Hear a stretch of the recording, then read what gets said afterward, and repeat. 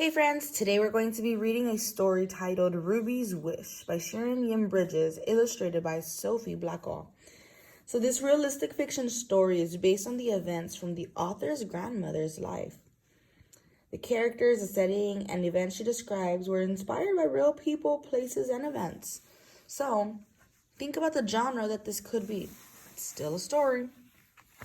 Ruby's Wish.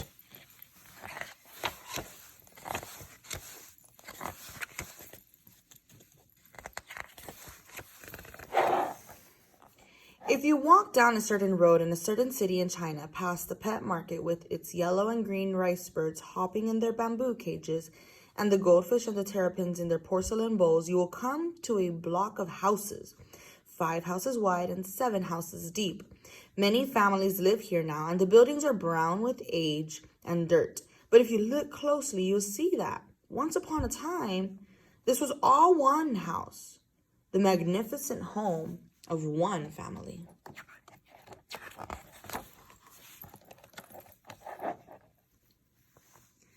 The house was built by an old man who returned from the gold mountain. That was what the Chinese called California.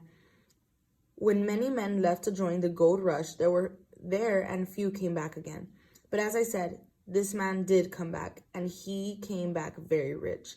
And he did what rich men did in old China. He married many wives. His wives had many sons, and these sons also had many wives. So at one time, the house was filled with the shrieks and laughter of over 100 children. Amongst these children was a little girl that everybody called Ruby because she loved the color red.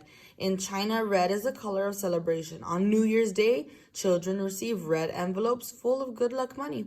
Brides wear red on their wedding days, but Ruby insisted on wearing red every day.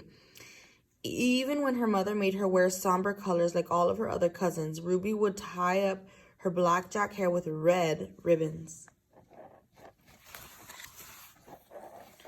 Because he had so many grandchildren, Ruby's grandfather hired a teacher to come to the house. Any grandchild who wanted to learn could join the classes.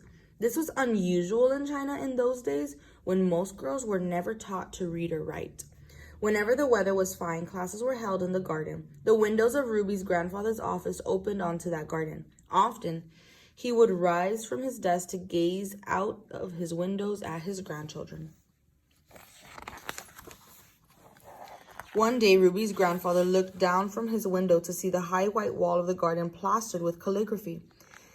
His grandchildren had been practicing their handwriting. Ruby's grandfather laughed to see that many had smudged ink on their hands and faces. Then he noticed a sheet that was more beautiful than the rest. Which of his grandchildren had produced such wonderful calligraphy? Down in the garden, the teacher was praising Ruby. Her ears were turning bright red as her jacket. But if Ruby was doing as well as her boy cousins in her study, she had to work much harder. When the boys had finished their studies for the day, they were free to play, but the girls had to learn about cooking and keeping house. In fact, as far as their mothers were concerned, these were the only things girls had to learn. One by one, the girls stopped going to the classes, all except Ruby. She would catch up on her embroidery at night. Many nights, her candle flickered long after no one else had gone to bed. Everyone else had gone to bed. One day, the children were asked to write a poem. Ruby wrote, "Alas, bad luck to be born a girl whose worse luck to be born into this house where only boys are cared for." Ruby's teacher was very impressed by the poem. He showed it to Ruby's grandfather. Ruby's grandfather was also impressed, but he was worried about what the poem said. He summoned Ruby to his office.